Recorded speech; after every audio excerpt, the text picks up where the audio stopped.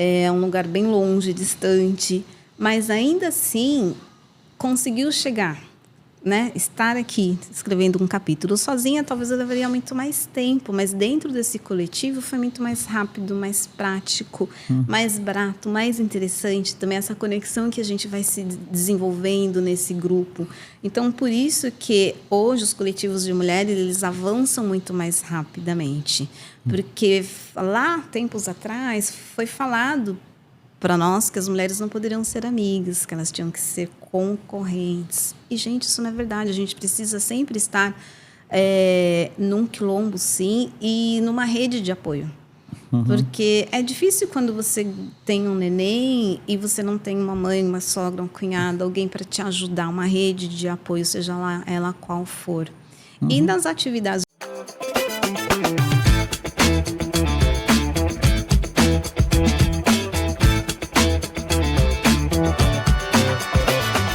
Olá, bem-vindo a mais um Entre Outras Palavras, apresentado por mim, Samuel Felício, e patrocinado pelo canal Best in Black.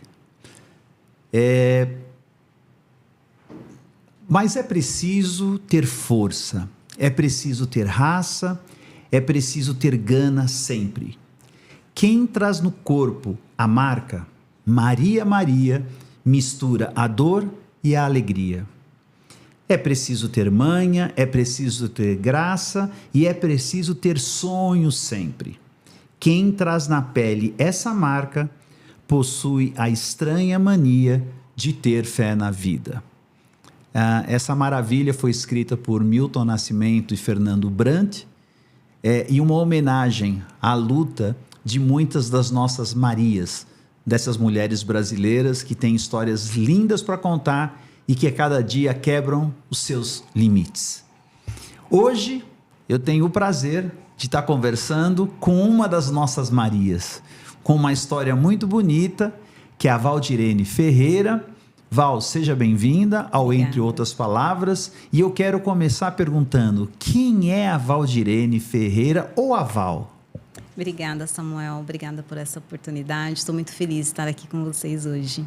Bom, eu sou uma mulher preta de 52 anos, né? Uma eterna apaixonada em desenvolver pessoas, em ajudar as pessoas através do meu trabalho. Falando um pouquinho, sou graduada em gestão, sou graduada em secretariado executivo, pós-graduada em gestão de pessoas. Também sou formada na formação comportamental DISC, estou um pouco nervosa, daqui a pouco passa. Fica tranquila. Faz parte. Fiz também uma parte do módulo internacional lá na Califórnia, foi a realização de um grande sonho, estudar um pouquinho fora, nos Estados Unidos. Fui a primeira da minha família a fazer isso, foi a primeira graduada, né? A primeira bilíngue, a primeira a ir para fora do país. Então, estar nesse primeiro lugar em muitos momentos, para mim foi uma constante aí, continuo sendo, né, por ser a primeira autora da família. Eu fundei a VF Consultoria RH por conta de ter ficado um tempo fora de São Paulo, fui para a Bahia para ficar um mês, acabei ficando 6 anos, e aí quando eu voltei para cuidar da minha mãe, eu tinha que voltar para o RH de alguma forma, e aí as coisas foram acontecendo, né? Então, a minha consultoria, ela contribui para que outros profissionais se recoloquem no mercado de trabalho ou transitem entre empresas. Muitas vezes o profissional me busca porque ele está trabalhando, mas ele está descontente e ele quer mudar. E ele não sabe como. Às vezes ele é um diretor que vende projetos de milhões, mas não consegue falar sobre si. Então, esse autoconhecimento não é sobre posição hierárquica, e sim sobre pessoas, né? As pessoas normalmente têm dificuldade para falar sobre elas mesmas. Então, com o meu trabalho, eu ajudo as pessoas a entenderem quem são elas na fila do pão, a desenvolver os seus potenciais e depois disso, terem um perfil profissional melhor para fazer essa mudança. Maravilha, nossa, muito bacana. Quer dizer, uma carreira que começou como secretária executiva. Exato.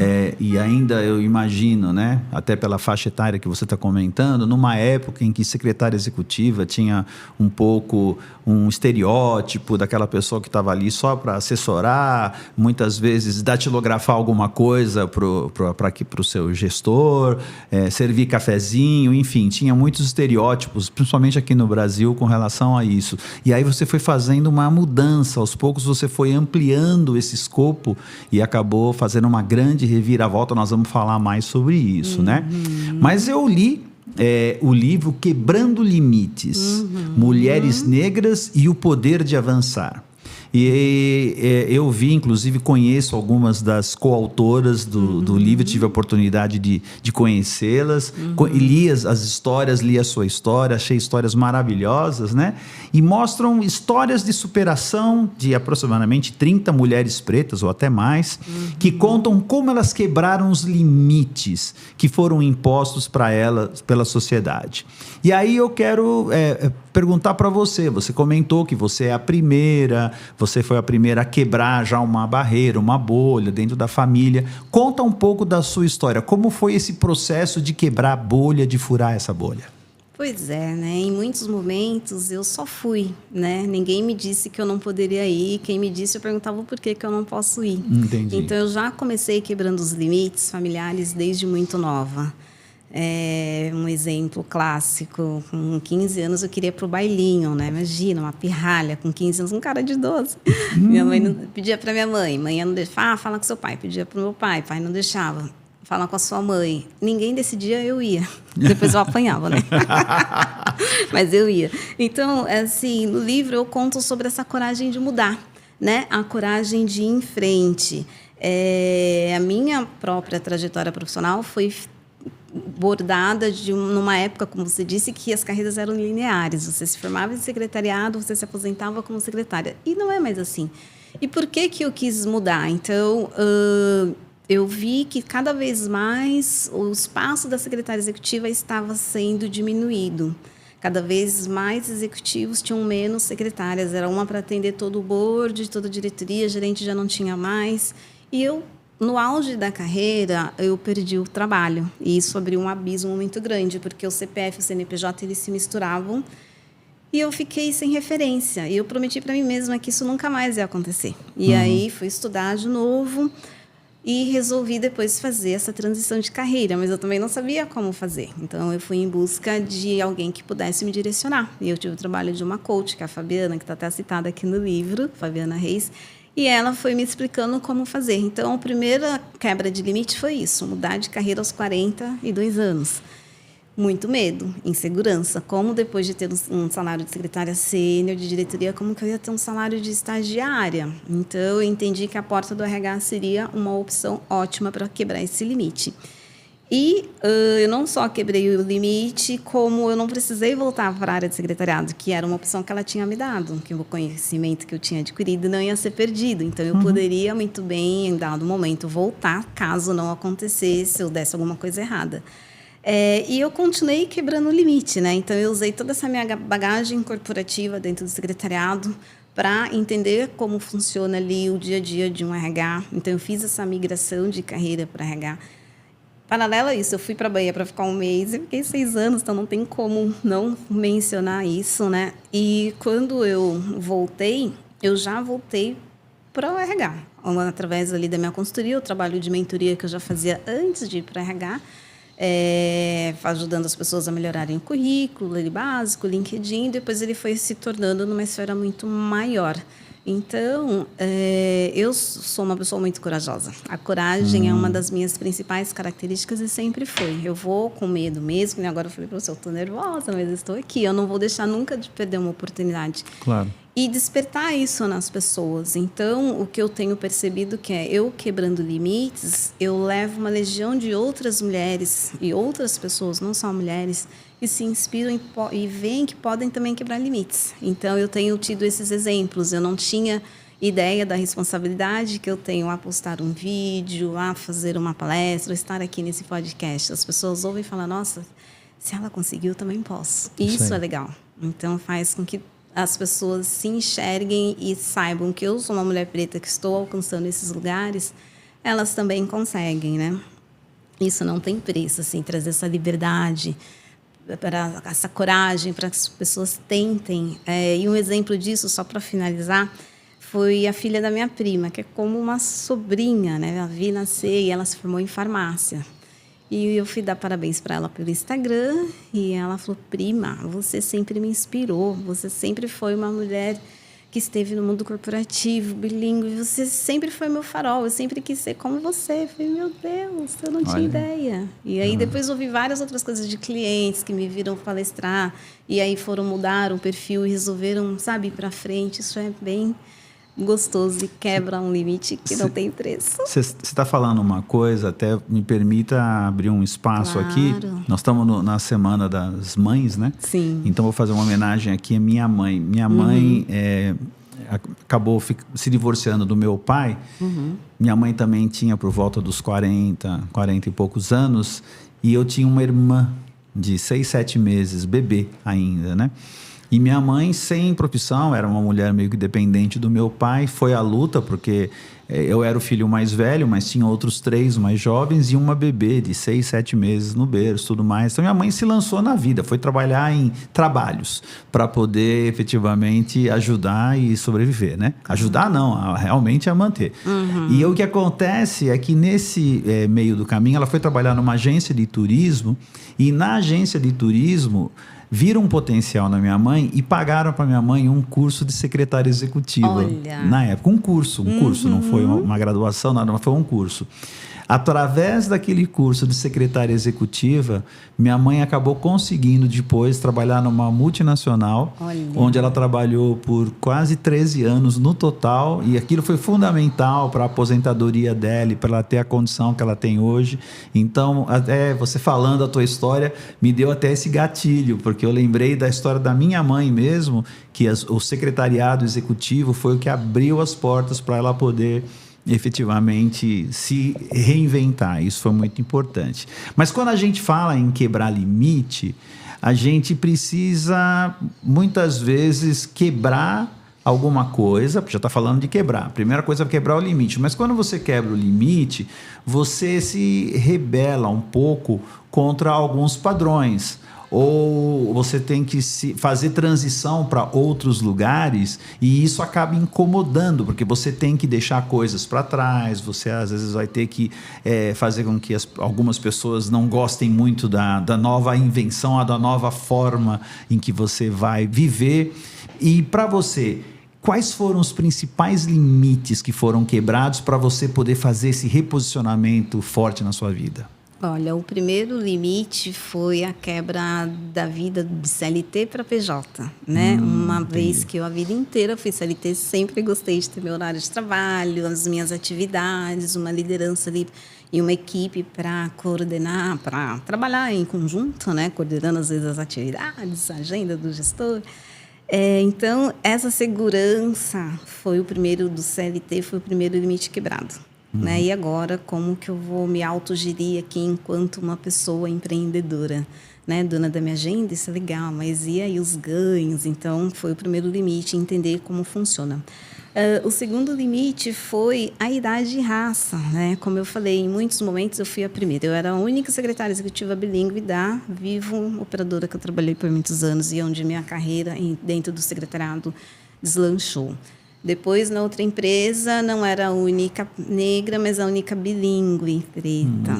Então, depois, enquanto consultora de carreira, eu também, na consultoria que eu prestava serviço dentro ali do PJ, em paralelo à minha consultoria, era a única consultora preta bilíngue. Então, esses limites, assim, eu fui mudando, fui quebrando, né? Fazer essa transição aos 40 foi uma quebra de limites também, de toda a insegurança. Será que vai dar certo? Não vai?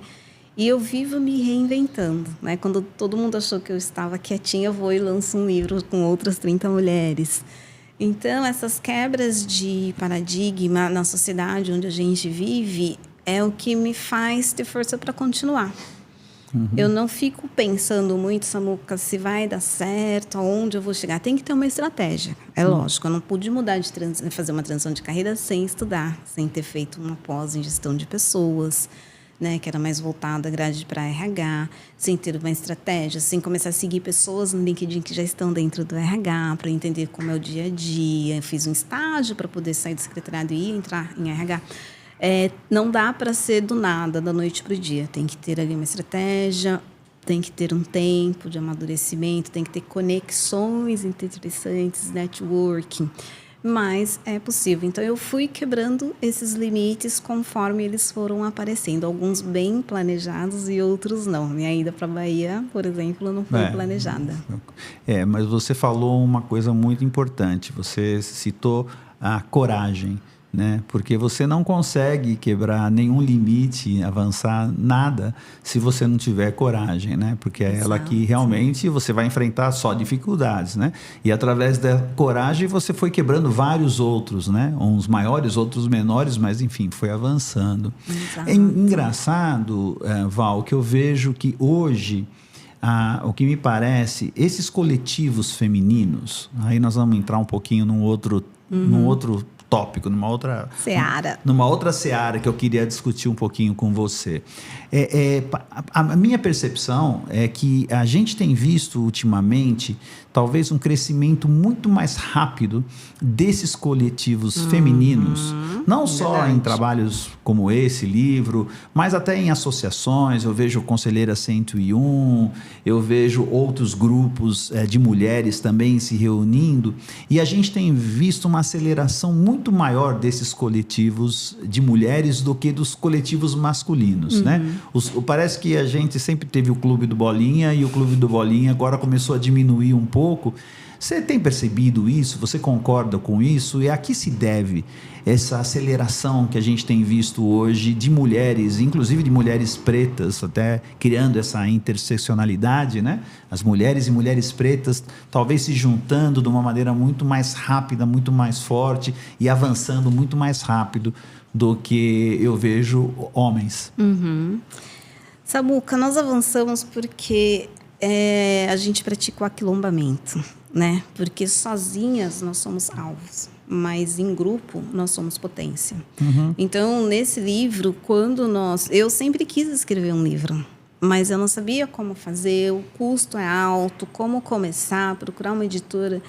Mas através do grupo Mulheres do Brasil foi muito mais fácil, né? Eu me tornei mentora no comitê racial. E aí, através desse trabalho de mentoria gratuito, surgiu a oportunidade de escrever o livro com outras mulheres. Então, hoje, quando a gente participa de rodas, de conversas, de mesas redondas, a gente está representando as 30 que estão aqui no livro. Então, escrevivência, porque esse livro não é uma escrevivência, cada uma escreveu ali sobre a sua vivência no profissional, pessoal, e que traz força para que outras pessoas olhem e falem, nossa, ela passou por... Né? Tem mulheres que escreveram sobre a dificuldade de perder a mãe ou o pai, ou ambos, e de ter filhos e ainda perder emprego e ter que se renovar. Algumas que nasceram lá no extremo leste, uma das minhas amigas, ela morou muito tempo lá pertinho de Ferraz, em Poá, né? Cresceu lá, um lugar bem longe, distante, mas ainda assim conseguiu chegar, né? Estar aqui escrevendo um capítulo sozinha, talvez eu levaria muito mais tempo, mas dentro desse coletivo foi muito mais rápido, mais prático, mais barato, mais interessante. Também essa conexão que a gente vai se desenvolvendo nesse grupo. Então, por isso que hoje os coletivos de mulheres, eles avançam muito mais rapidamente. Porque lá, tempos atrás, foi falado para nós que as mulheres não poderiam ser amigas, que elas tinham que ser concorrentes. E, gente, isso não é verdade. A gente precisa sempre estar num quilombo, sim, e numa rede de apoio. Porque é difícil quando você tem um neném e você não tem uma mãe, uma sogra, um cunhado, alguém para te ajudar, uma rede de apoio, seja lá ela qual for.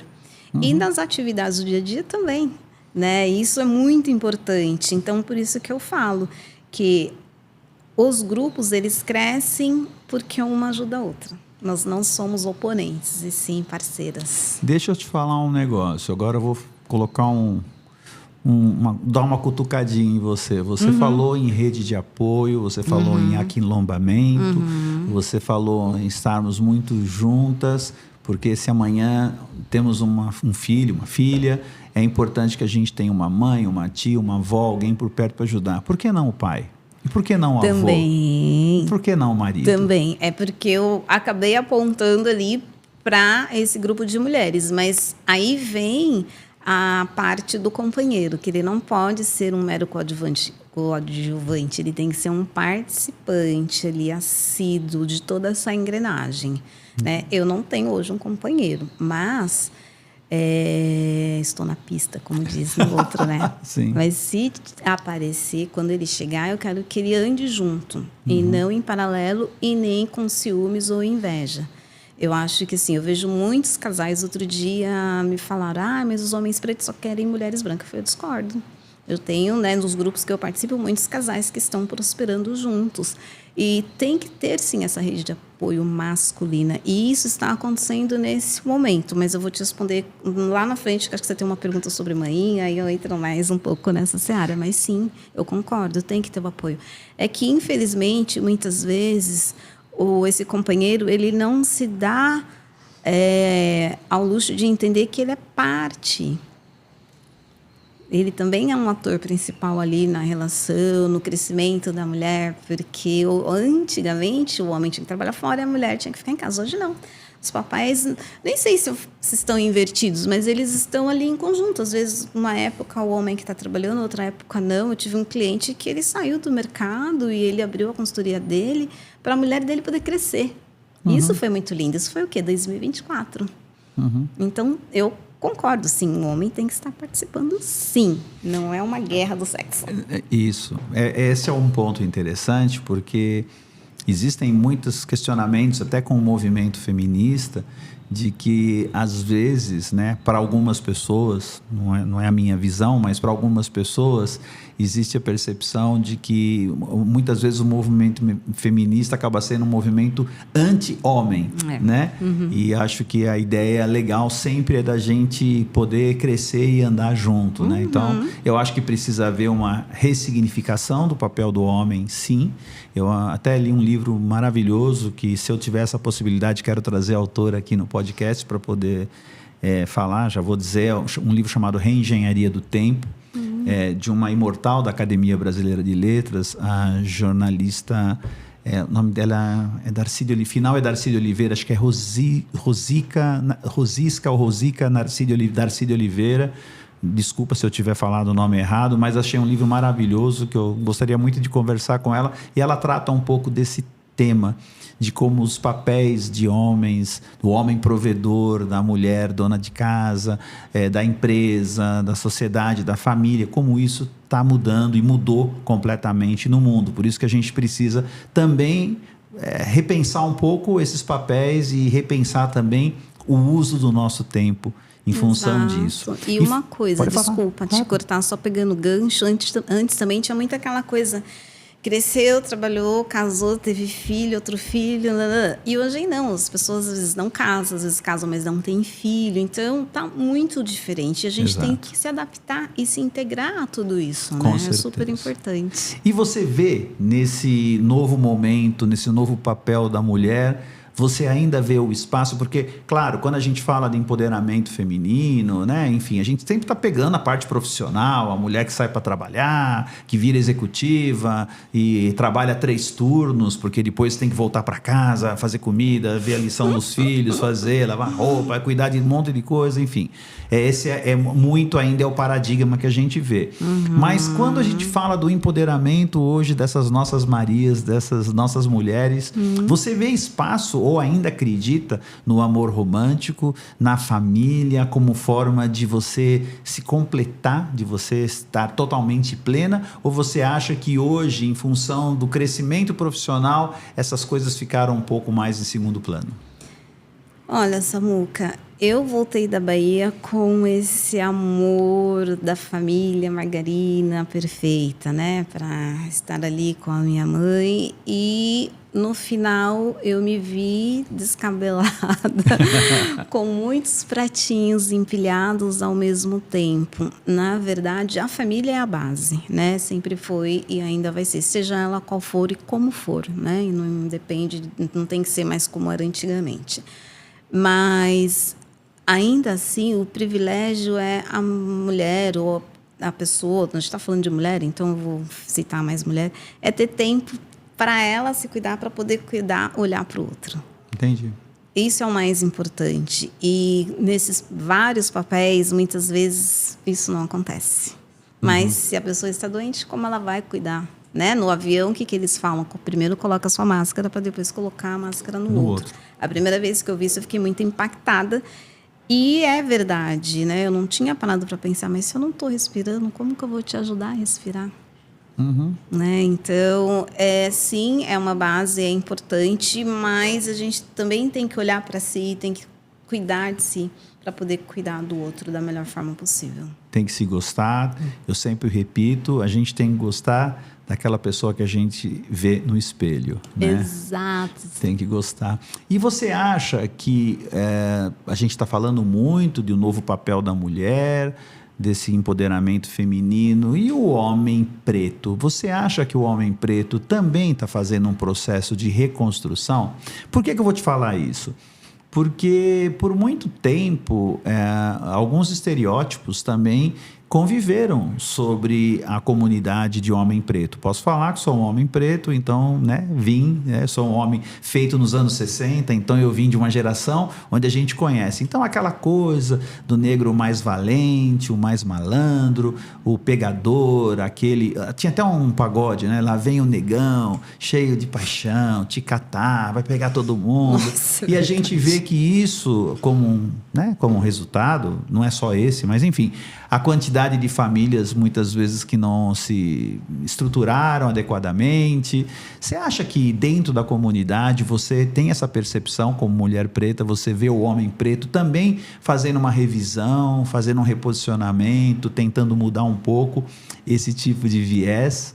Sim, desde que eu comecei a participar de vários coletivos pretos, eu tenho visto isso. No primeiro momento, era difícil achar profissionais pretos, sabe, já gabaritados. E hoje, quando alguém fala, não tem. Talvez a gente não esteja olhando ali no lugar certo, né? Eu vejo que o homem, ele está mais corresponsável.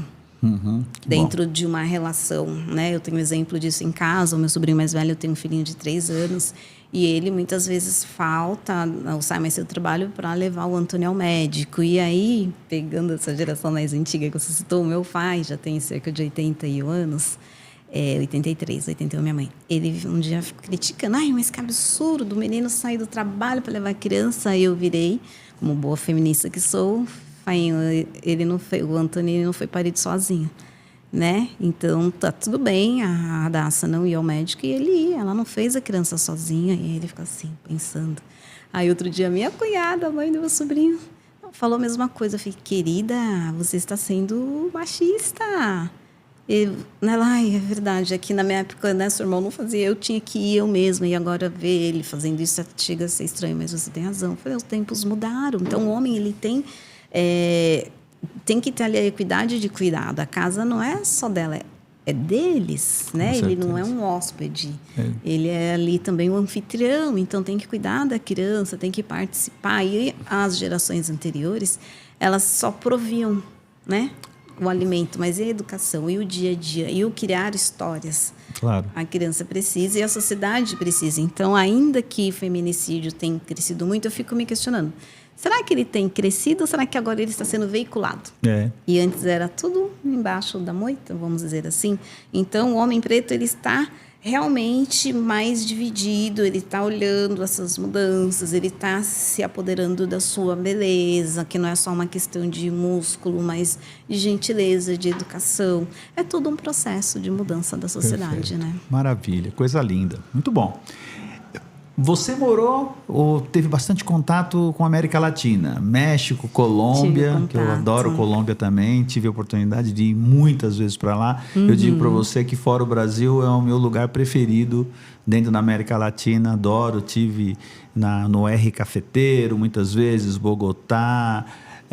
Tive em Pereira, Cali, fui para tudo quanto é lado. Adoro Colômbia, adoro a salsa, adoro Shakira. A comida, tudo que eu gosto está lá na Colômbia. E me fala uma coisa, como foi essa experiência para você? De se relacionar com as pessoas. Será que a condição da mulher hoje, nesses países da América Latina, ela está muito próxima com essa situação que a gente está vivendo no Brasil? Está um pouco atrás, está um pouco na frente? Como é que você vê isso?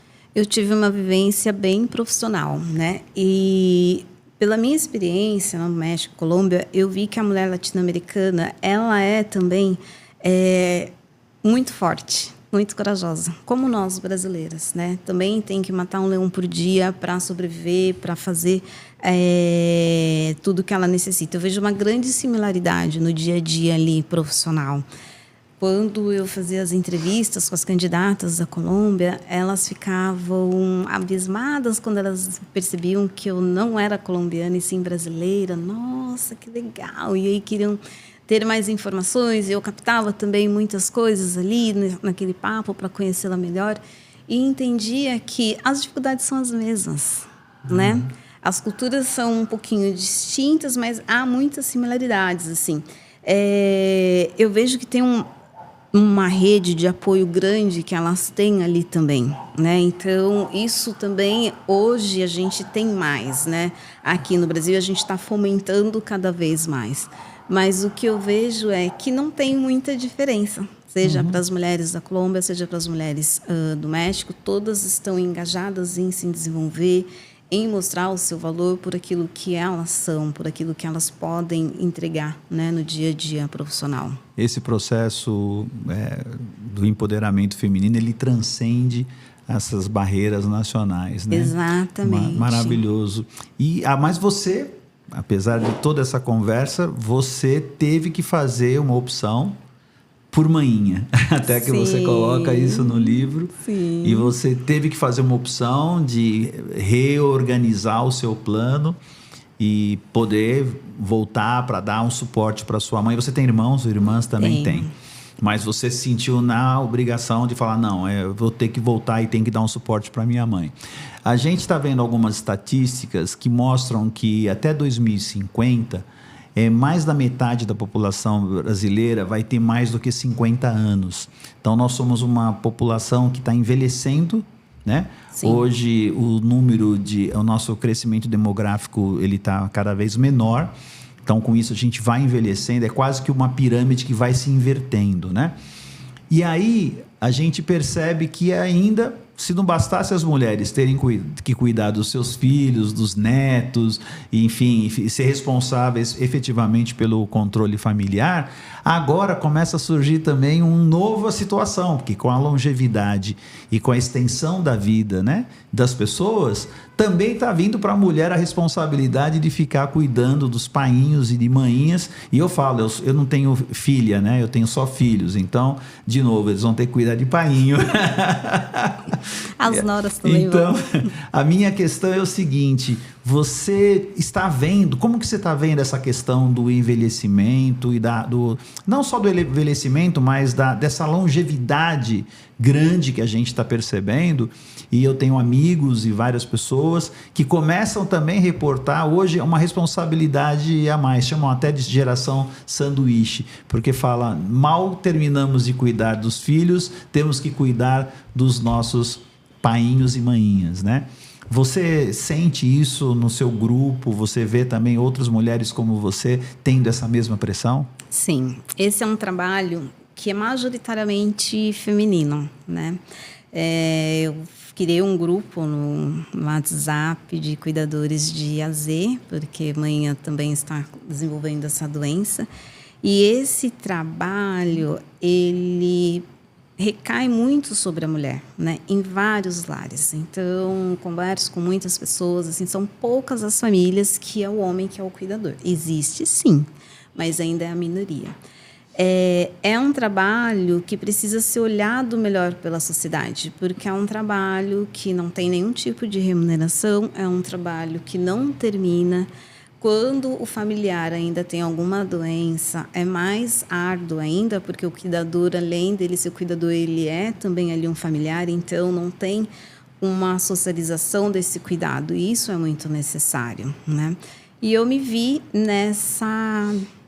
nessa sinuca de bico, no sentido de que, puxa, agora que eu estou no meu melhor momento aqui, eu vou voltar, mas eu vou voltar. Porque é minha mãe, eu não sei até quando eu vou tê-la. Então, eu voltei e faria tudo de novo, né? A vida mudou bastante, fiquei, sim, né, com trabalho PJ, CLT, mas esse doméstico, né? Porque em casa eu era motorista, secretária, cozinheira, copeira, tudo. Organizadora, administradora, e não há nenhum tipo de reconhecimento e nem de divisão. Eu tenho, sim, 2 irmãos, né? Mas em junho, agora dia 5, daqui exato mês, vai fazer 5 anos que eu cheguei em São Paulo de volta. E agora, esse ano, que manhã me demitiu do cargo de cuidadora. Entendi. Ela literalmente, por conta do livro, por conta de todos os trabalhos, todas as coisas que eu tenho que fazer, ela chegou à conclusão de que o meu irmão mais velho agora é que vai cuidar dela. Então, aí, de novo, nós estamos ali quebrando uma bolha, porque primeiro ela que decidiu, segundo que agora eu passei o bastão para ele. Então, tem nem um mês isso. Estou começando a respirar e olhar mais para mim, que realmente estava muito difícil. Mas o que eu vejo é que sempre recai sobre a mulher e ficam esses 3, 4, 5 trabalhos simultâneos muito pesados, né? Isso mostra o desafio que a gente tem ainda pela frente, e é uma coisa que vai envolver todos nós, homens, mulheres, né? Porque é uma coisa séria, né? Eu tenho a família, já perdi meu pai, tenho minha mãe, tenho sogro, sogra, mas eu tenho amigos, e todos eles, quando a gente se reúne, a gente já não fala mais de filho, a gente já não fala mais nem de neto, mas os assuntos agora mudaram, né? Vão sempre falar pelas pessoas, porque isso é bom, a longevidade está permitindo que você viva mais. A questão é que, se você não se prepara bem para chegar nesse momento, enfim, como é que nós vamos fazer? Nós temos que discutir, e concordo totalmente, você está muito correta. E tem um outro ponto, a sociedade tem que pensar nisso. Que eu esqueci de te falar. Cada vez mais o mercado de trabalho tem que absorver os 50 mais, 60 mais. Porque as pessoas são mais longevas e elas estão na sua capacidade de laboral, na sua capacidade neural. E o mercado, ele ainda está reticente quanto a isso. Então, eu vejo muitos profissionais que querem ali, estão buscando, sabe, o seu lugar ao sol, e perderam e não conseguem. E é triste, porque a estatística está aí, né? Então, é algo que precisa ser revisto, é algo que precisa ser trabalhado. Mais limites a serem quebrados, Mais limites. Nós estamos chegando no final desse bate-papo, falei, tá vendo? Não passa dói, rápido, é tranquilo, né? Passa rápido. Nós estamos chegando no final, e eu queria, assim, que você deixasse uma mensagem. Sempre é importante, né? Deixar uma mensagem para outras, já que você, como comentou da sua prima ou sobrinha, que fala, poxa, você é uma referência para mim, então hoje muita gente que vai estar te ouvindo também vai muitas vezes se encontrar na sua experiência, na sua vivência, vai se colocar na mesma condição. Qual a sua mensagem inspiracional para que essa pessoa também possa quebrar os seus próprios limites? Por favor. Vai com medo, mas vai com medo mesmo. Não deixe de seguir o seu instinto, não deixe também de se preparar, né, para que não seja uma fase dolorida, se for de transição de carreira ou em busca ali dos seus sonhos. Então, acho que os sonhos, eles foram feitos para serem vividos. Sonhar dá trabalho, então sonha alto. Exatamente. Sonha alto e vai atrás com coragem. O preço é o mesmo, né? O preço é o mesmo. O preço é o mesmo, né?